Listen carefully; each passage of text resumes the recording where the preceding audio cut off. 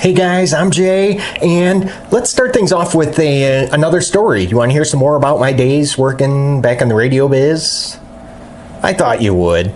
Now, if you remember in my last review for the Kaiser Kyer, I told you the story about when I was an overnight DJ at this little rinky-dink radio station, 105.5, the Cat. That actually was not my first job in radio. My very first radio job was with this company called Shadow Traffic. I don't know if they're around still or if they're called the same thing. But Shadow Traffic, their offices, the studio was up at the very top of the Hancock building in Chicago. So what's that? I believe it's like the 97th floor? Yeah. Anyway, what Shadow Traffic did was provided traffic reports for most of the radio station in Chicago. So the biggest station that we did the traffic for was WBBM. It was just an all news talk radio station. Their thing was traffic on the ones. So at those increments of time, there would be a traffic report from someone in the studio in the Hancock building.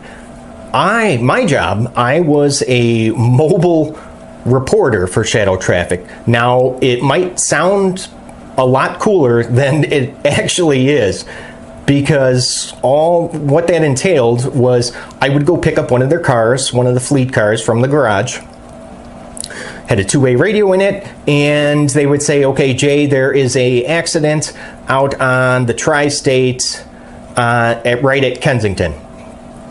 I would go there, just report everything that I saw, or if there was road construction on the Stevenson, full lane closures, I would have to go and sit and tell them, okay, the lanes are closed, lanes are back open again.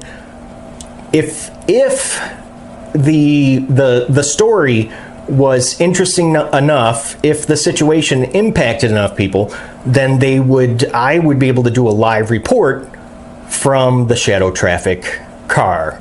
So needless to say, I was a little disappointed at first once I realized what my initial job was, because I kind of thought, at least I was hoping, to be on the air all the time. Well, I was only on the air with Shadow Traffic maybe, I don't know, a couple times a week. Again, it depended on what was going on. So when I began working for Shadow Traffic,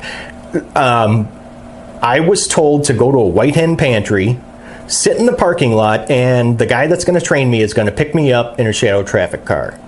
Yes, it sounds completely sketchy, and yes, I was very nervous. I didn't know what to expect. Some dude's going to pick me up at a parking lot and White Hen Pantry.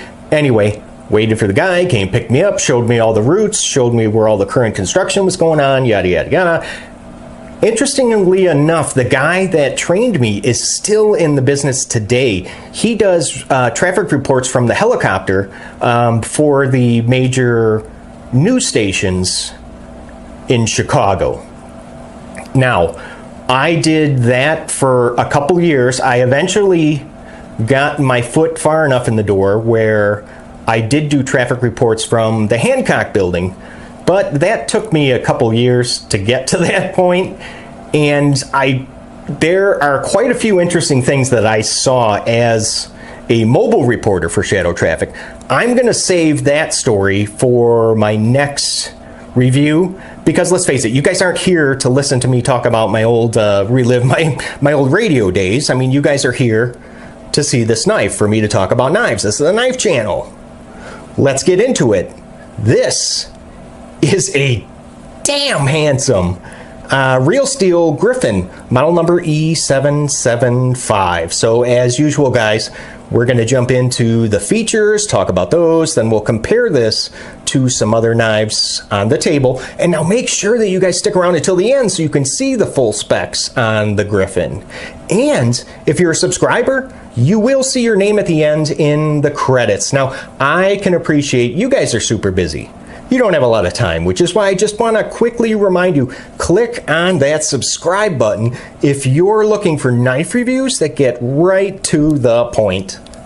This is the Real Steel Griffin E775. It is a manual action plunge lock with also has like a secondary safety. See if you guys can see that there with like a wheel. You just kind of take your thumb, you spin it forward, and then you're unable to depress the button here. Now the blade is riding on, it is a ball bearing pivot, but it's actually considered needle bearing. So it's more like, think of it as, you know, like a conveyor belt. When you'll see like food trucks at like a McDonald's or something, and they've got that big long plank with the rollers on it. That's what the bearings kind of resemble on the inside of the Griffin. Now deployment is accomplished one of two ways. You can use the thumb hole, or of course, just like a Benchmade, you can just kind of actuate that lock. I think it's a little bit easier using the thumb hole. Yeah, definitely. Now there is an, let's see, oh geez, yeah, good size external stop pin. The blade itself, 3.5 inches long and 3.4 millimeters thick, and that's going to be 14C28N Sandviik steel. So really, really good, kind of high-end budget steel.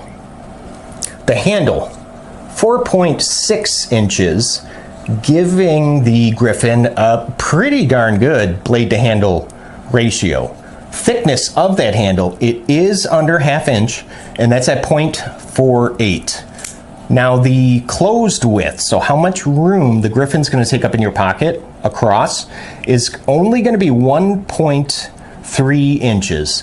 Now if we flip this guy over, you can see it is definitely open construction with, it looks like just the one barrel spacer there. Let me go ahead and grab the scale really quick so we can get a weight on this guy. All right, how about we go ahead and see what the Griffin comes in at as far as ounces go. Wow, 3.5 ounces. That is going to be roughly the equivalent.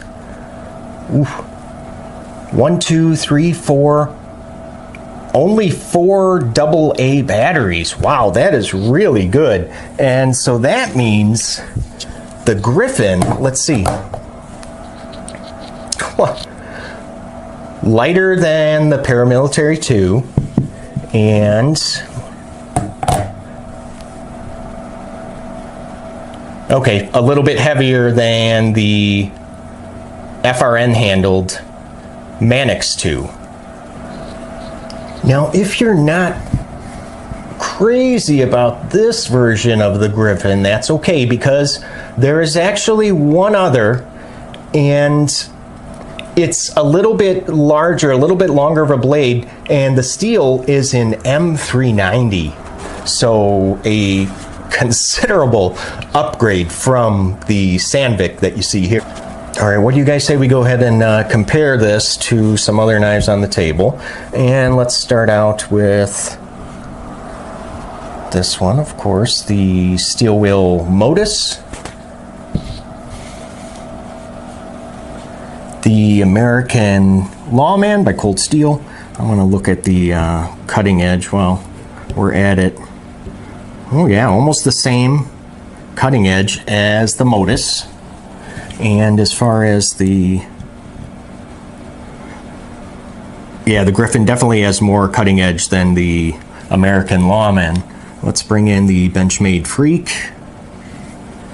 And of course, the Spyderco PM2. Let's check the cutting edges on these. Oh yeah, the Freak definitely has way more cutting edge than the Griffin. And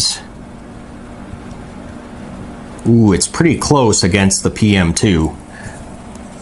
How about this little guy? The Kershaw Skyline, and let's do one more Spyderco. And this is going to be, of course, the Mannix 2. Let's see. Yeah, the Griffin has more than the Mannix 2. Ooh. Griffin has more than the Skyline, but it's actually it's a lot closer than I thought it would be, considering this is a much smaller knife. How about we now go ahead and just quickly run through, really quick, my 5 likes and dislikes of this Real Steel Griffin. So let's start with number 1, the curb appeal, which I like. I really love this shape of the flat ground drop point, and it does have a stonewash finish to it. Now the handle scales, these are aluminum, and I'm not the biggest fan of aluminum scales just because they tend to get scratched up pretty easily in the pocket from use. But these aluminum scales, they really don't feel like aluminum. They're very slick, and it feels more like G10 to me. Now, the appearance of the handle is okay. I don't hate it. It is a little different, a little odd, especially when the knife is closed, because you've got, okay, you see the tang there is kind of sticking out past the handle. Not crazy about that. I don't hate it, but again, in the closed position, it does look a little odd. There is only just one body screw. Now, I like that a lot. Just gives this a very, I don't know, just a clean kind of minimalistic appearance. Number 2, the function. I also like. The action is really good. Incredible, I would even say. Watch this. Watch this. Yep. She falls shut. Very nice. Excellent action. Now, the thumb holes, in my opinion, they are a little bit difficult to get at. And part of that has to do with, well, the thickness of each individual scale. And I know they did do a thumb ramp here on both sides, but it's really not enough, which is why I went ahead and just put on, you know, people sometimes put on the zip tie. That improves the access to that thumb hole like tenfold. So much better. Now the center on my example, it is a little bit off, as you can see here. Nothing's rubbing, not a huge deal, but mine is a little off in that direction. The Griffin is insanely fidget friendly. I mean, I have a hard time putting this thing down. It is just a great time to flick. And I want to show you guys this. I don't know, you guys probably can't see that well. I'm sorry. I'm just trying to show you the how it just kind of free swings. Number 3, in the hand. This is going to be my first gripe. Yep, don't like the handle. It's not uncomfortable, but it does feel a little odd. There's no hot spots. There's really not any true sharp edges. It just feels, well, a little odd. I don't know how else to explain it. I mean, these aluminum scales are very slick. I mean, they provide absolutely no traction whatsoever. None. There is a little bit of jimping, and it's just going to be here on top of the blade spine. The balance, let's check that. I think it's pretty good. And oh yes, it sure is. Oh, exactly where it should be. Let's do that again. Yep. Perfect balance. And did you notice this, the finger choil? I love this forward finger choil. Does have kind of an odd shape to it as well, but at least it's there, and it is big enough to actually use. Number 4, in the pocket. Gripe number 2. Yeah, I don't care for the clip at all. I just don't. It leaves a decent amount of handle sticking out of the pocket. Now the clip is going to be, it's tip up only, and that is going to be exclusively for righties only. Yep, us lefties, out of luck. Yeah, I really wish, I really don't understand why it's only on the one side, but because it looks like it could have worked with, if you could move it to the left, but whatever. Now, when closed, the bulk of the knife, as you can see, it's exactly where it should be, and that's going to be at the bottom of your pocket. So just going to make it easier for when you need to get your hand in your pocket to grab out keys, your phone, whatever else. I will say about the slickness of the scales, at least it does make drawing this out of your pocket really easy. Well, and putting it in as well. Number 5, the price. 60 bucks. I've actually seen this for as low as about 52, which is an insanely good price. Even at 60 bucks is a fantastic price. I mean, the blade steel really is a decent budget steel, and the action is insane. Insane. It kind of feels like a Hogue knife. If you ever handled one of those, very similar action, just incredible. So to very, very quickly summarize what we just talked about, guys, we said the curb appeal was alike. Function, I really like. In the hand, I did not like. In the pocket, I did not like. The price, I like. So for those of you keeping score at home, that's going to be 3-2, which is going to take us right into my recommendation, which is absolutely, I mean, this is a great price. At 50 bucks, at 60 bucks, at 65 bucks, it is still an excellent deal. You're getting a lot for your money. And I want to remind you exactly what you are getting. And that is going to be the decent, well, no, let's call it, it is quality budget steel. The roller bearing pivot, that incredible action, and it's all in a very, very lightweight and unique design. I mean, this thing, it's lighter than the Paramilitary 2. So absolutely, I would say go out, get yourself one, or the M390 version. Now that's gonna be, that one's kind of expensive. That's gonna put you at a little over 200 bucks. I've seen it, but I'm sure you're getting the same incredible action.